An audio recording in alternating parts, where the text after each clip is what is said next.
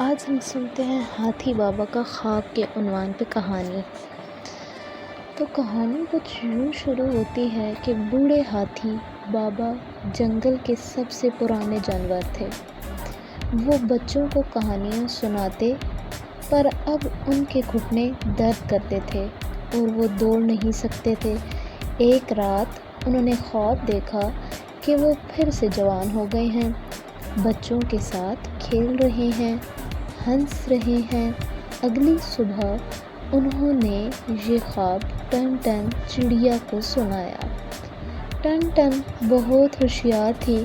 ہمیں جنگل کے دوسرے کونے میں جانا ہوگا جہاں جادوئی پتی اگتی ہے، وہ شاید تمہاری مدد کرے، اس نے کہا۔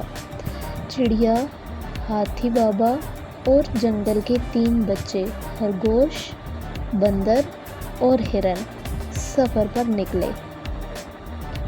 راستے میں کئی مشکلیں آئیں، ایک تیز دریا، ایک اندھیری غار اور ایک پتھریلا پہاڑ، مگر سب نے مل کر ہمت دکھائی۔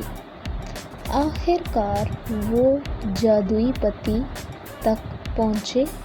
جیسے ہی ہاتھی بابا نے پتی کھائی، ان کے جسم میں توانائی دوڑ گئی۔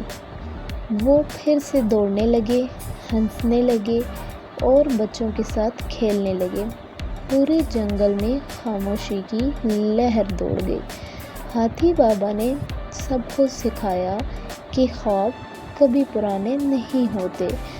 اس کہانی سے جو سبق ہمیں ملتا ہے وہ یہ ہے کہ عمر کوئی رکاوٹ نہیں، دوستی اور ہمت سے خواب پورے کیے جا سکتے ہیں۔